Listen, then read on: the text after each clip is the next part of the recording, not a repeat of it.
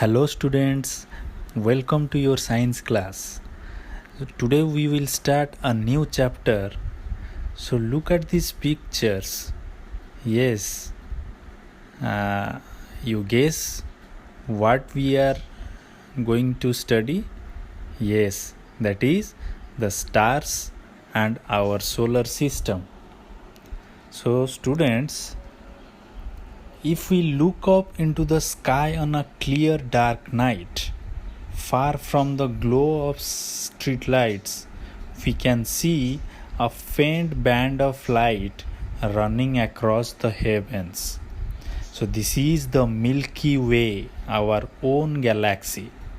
So it contains 100 million billions of stars and countless other objects. So the stars of this galaxy spread out from its center like a spiral. Therefore, it is also known as spiral galaxy.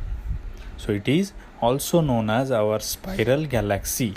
On a clear night, we can see many stars with the unaided eye. These appear to twinkle when viewed from the earth. So apart from the stars and the moon, we can see also sometimes some other bright objects in the night sky. This is also called planets. So we know the planets do not have any light of their own. So their observed brightness is because of the light of the sun reflected by them. So students, that is, our planets are known as also non-luminous object. That means, what is luminous object? Now the object which emits light of its own.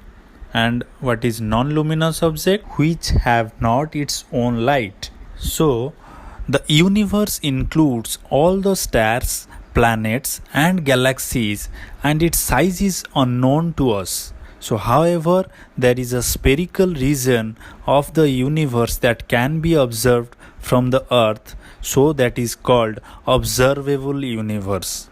So in this observable universe comprises of different physical objects that occur naturally on their own.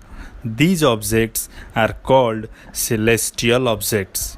For example, the sun, the moon, the stars and the planets in our solar system, they all are called celestial objects. So the study of these celestial objects is known as astronomy. And who is study these celestial objects or about celestial objects are known as astronomers. Okay. Now students, we discuss about the first celestial object, that is our stars. So the stars are celestial bodies comprising of hot gases, mainly helium and hydrogen. All the stars emit their own light. All the stars are not the same.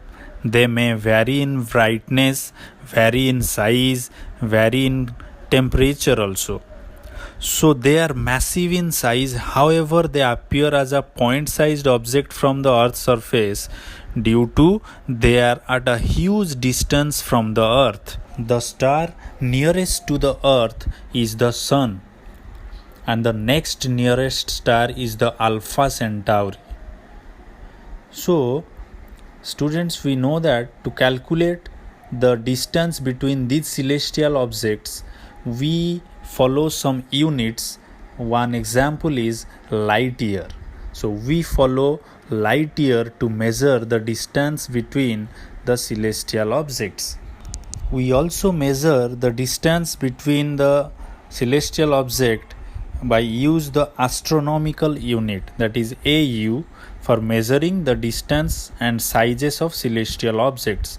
So one astronomical unit is equal to the mean distance between the Earth and the Sun, that is 1.5 into 10 to the power 11 meter. So dear students, we will discuss more about these interesting things or interesting celestial objects in our next video. Till then, goodbye.